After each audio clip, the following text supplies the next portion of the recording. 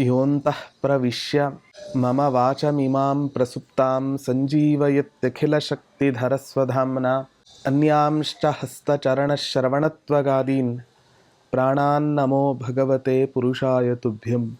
ಪೂಜ್ಯಾಯ ರಾಘವೇಂದ್ರಾಯ ಸತ್ಯಧರ್ಮರತಾಯ ಚ ಭಜತಾಂ ಕಲ್ಪವೃಕ್ಷಾಯ ನಮತಾಂ ಕಾಮಧೇನವೇ. ದುರ್ವಾದಿಧ್ವಾಂತರವಯೇ ವೈಷ್ಣವೇಂದೀವರೇಂದವೇ ಶ್ರೀರಾಘವೇಂದ್ರ ಗುರವೇ ನಮೋ ಅತ್ಯಂತ ದಯಾಲವೇ.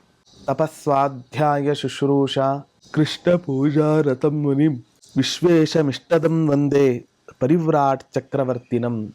ಶ್ರೀ ಗುರುಭ್ಯೋ ನಮಃ. ಹರಿ ಓಂ. ರಾಯರ ಸಹಸ್ರನಾಮ ಚಿಂತನೆಯಲ್ಲಿ ನಾವು ಅನೇಕ ನಾಮಗಳ ಮಹತ್ವವನ್ನು ಕೇಳಿದ್ದೇವೆ.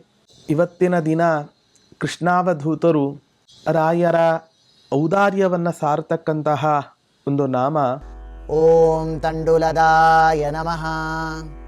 ಅರ್ಥಾತ್ ರಾಘವೇಂದ್ರ ತೀರ್ಥರು ಬೇಡಿದ ಭಕ್ತನಿಗೆ ತಂಡುಲ ಅಂತ ಹೇಳ್ಬಿಟ್ರೆ ಅಕ್ಕಿ ಮೊದಲಾದ ಧಾನ್ಯಗಳನ್ನು ನೀಡ್ತಕ್ಕಂಥ ಮಹಾನುಭಾವರಾಗಿದ್ದಾರೆ.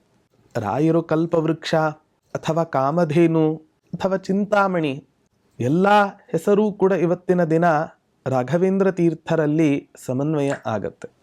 ಇಂಥ ರಾಘವೇಂದ್ರ ತೀರ್ಥರು ಒಂದು ತಂಡುಲವನ್ನು ಕೊಡ್ತಾರೆ ಅಂತ ಹೇಳಿದರೆ ಅದೇನು ಆಶ್ಚರ್ಯ ಅಲ್ಲ. ರಾಘವೇಂದ್ರ ತೀರ್ಥರಿಗೆ ಅಪಾರವಾದ ಮಹಿಮೆಗಳನ್ನು ತೋರಿಸಿದ ಮಹಾನುಭಾವರಿಗೆ ಒಂದು ತಂಡುಲವನ್ನು ಕೊಡ್ತಕ್ಕಂತಹದ್ದು ಅಸಾಧ್ಯವೇ? ಅಕ್ಕಿ ಮೊದಲಾದ ಧಾನ್ಯಗಳನ್ನು ಕೊಡ್ತಕ್ಕಂತಹದ್ದು ಅಸಾಧ್ಯವೇ?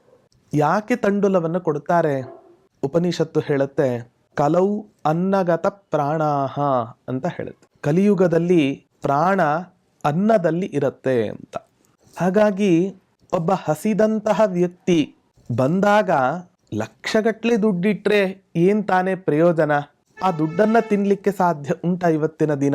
ಯಾವುದನ್ನ ನೀಡಿದರೆ ಅವನ ಹಸಿವು ತೀರಿ ಅವನು ತೃಪ್ತನಾಗ್ತಾನೋ ಅಂಥ ಪದಾರ್ಥಗಳನ್ನ ಸಕಾಲಕ್ಕೆ ಉತ್ತಮ ದೇಶದಲ್ಲಿ ಹಸಿದವನಿಗೆ ಅನ್ನದಾನ ಮಾಡಬೇಕು ಅಂತ ಹೇಳುತ್ತೆ. ಧರ್ಮಶಾಸ್ತ್ರಗಳು ಅನೇಕ ರೀತಿಯಾಗಿ ಹೇಳ್ತಾವೆ.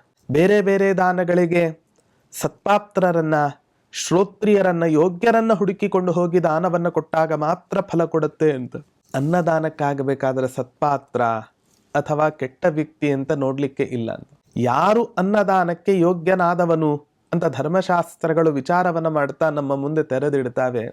ಯಾವ ಒಬ್ಬ ವ್ಯಕ್ತಿ ಹಸಿದಿದ್ದಾನೋ ಆ ವ್ಯಕ್ತಿಯೇ ಅನ್ನದಾನಕ್ಕೆ ಯೋಗ್ಯನಾದವನು ಅಂತ. ಹಾಗಾಗಿ ರಾಘವೇಂದ್ರ ತೀರ್ಥರಂಥ ಮಹಾನುಭಾವರ ಹತ್ರ ನಾವು ಹೋದಾಗ ನಮಗ್ ಅನ್ನವನ್ನು ನೀಡಲಾರರೆ, ಬೆಳಿಗ್ಗೆ ಎದ್ದು ರಾಯರ ಹೆಸರನ್ನ ಹೇಳಿದ್ರೆ ಸಾಕು ನಮಗ ಪಂಚಭಕ್ಷ ಪರಮಾನ್ನವನ್ನು ನೀಡತಕ್ಕಂತಹ ಕರುಣಾ ಸಮುದ್ರರು ರಾಘವೇಂದ್ರ ತೀರ್ಥರು.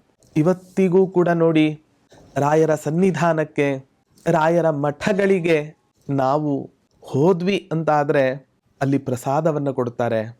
ಆ ಪ್ರಸಾದವನ್ನು ತಿಂದು ಎಷ್ಟು ಧನ್ಯತಾಭಾವವನ್ನು ಮೆರೀತಕ್ಕಂತಹ ಭಕ್ತರು ಇವತ್ತಿನ ದಿನ ಇದ್ದಾರೆ. ಆಶ್ಚರ್ಯ ಏನು ಅಂದ್ರೆ, ಯಾವ ಮಾರುಕಟ್ಟೆಯಲ್ಲಿ ಪದಾರ್ಥಗಳು ಸಿಗುತ್ತಾವೋ ಆ ಪದಾರ್ಥಗಳನ್ನ ತೆಗೆದುಕೊಂಡು ಹೋಗಿ ನಾವು ಇವತ್ತಿನ ದಿನ ಭಗವಂತನಿಗೆ ನಮ್ಮ ಗುರುಗಳ ಮುಂಭಾಗದಲ್ಲಿ ಇಟ್ಟಾಗ ಅವರ ದೃಷ್ಟಿ ಬಿದ್ದರೆ ಸಾಕು ಆ ಪದಾರ್ಥ ಹೊರಗಡೆ ತೆಗೆದುಕೊಂಡು ಹೋಗಬೇಕಾದ್ರೆ ಅದು ನೈವೇದ್ಯದ ರೂಪದಲ್ಲಿ ಪರ್ಯವಸಾನ ಆಗುತ್ತೆ. ಯಾವಂತಸ್ತಂಡುಲಾಸ್ತಸ್ಮಿನ್ ನೈವೇದ್ಯೆ ಪರಿಸಂಖ್ಯ ತಾವದ್ ವರ್ಷ ಸಹಸ್ರಾಣಿ ಸೂರ್ಯಲೋಕೆ ಮಹೀಯತೆ ಅಂತ ಒಂದು ಪ್ರಸಿದ್ಧವಾದ ಮಾತು. ನಾವು ಇವತ್ತಿನ ದಿನ ಭಗವಂತ ಗುರುಗಳು ನಮಗೆ ಏನು ಕೊಟ್ಟಿದ್ದಾರೋ ಆ ಪದಾರ್ಥಗಳನ್ನ ನಾವು ತಿನ್ನಬೇಕಾದ್ರೆ ನಮಗೊಂದು ಅನುಸಂಧಾನ ಇರಬೇಕಂತೆ. ಯಾರು ಈ ಪದಾರ್ಥವನ್ನ ನಮಗೆ ದಯಪಾಲಿಸಿದ್ದಾರೋ ಅವರ ಸ್ಮರಣೆಯನ್ನ ಮಾಡಿ ಅವರಿಗೆ ಕೃತಜ್ಞತೆಯನ್ನು ಸಲ್ಲಿಸ್ತಕ್ಕಂತಹದ್ದು ನಮ್ಮ ಧರ್ಮ.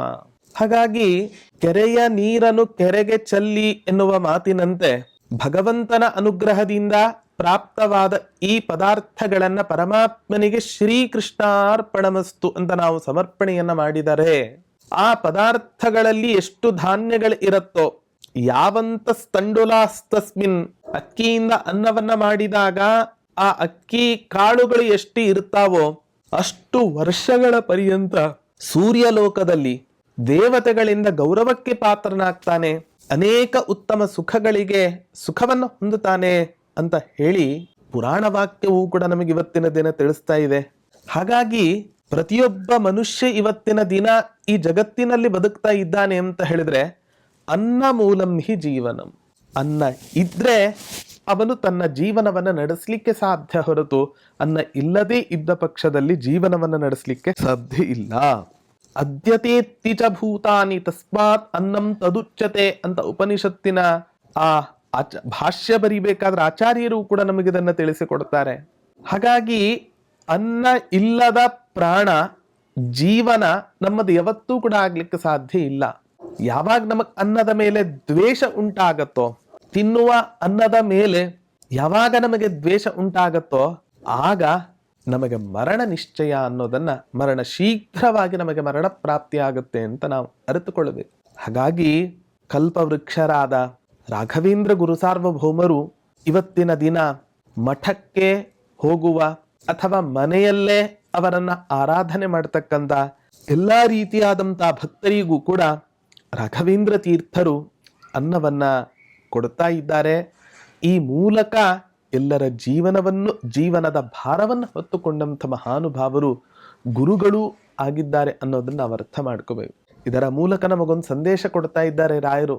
ಭಗವಂತ ಹರಿಗುರುಗಳು ನಿಮಗೆ ಯಾವಾಗ ಸಾಮರ್ಥ್ಯವನ್ನ ಶಕ್ತಿಯನ್ನ ಕೊಟ್ಟಿರ್ತಾರೋ ಆ ಸಂದರ್ಭದಲ್ಲಿ ನೀವು ಇನ್ನೊಬ್ಬರಿಗೆ ನಿಮ್ಮಿಂದ ಎಷ್ಟು ಸಾಧ್ಯವೋ ಅಷ್ಟು ಆ ಪದಾರ್ಥಗಳನ್ನ ದಾನ ಮಾಡಿದಾಗ ಇದರಿಂದ ಆ ಭಗವಂತ ಸುಪ್ರೀತನಾಗ್ತಾನೆ, ಗುರುಗಳು ಸಂತುಷ್ಟರಾಗ್ತಾರೆ.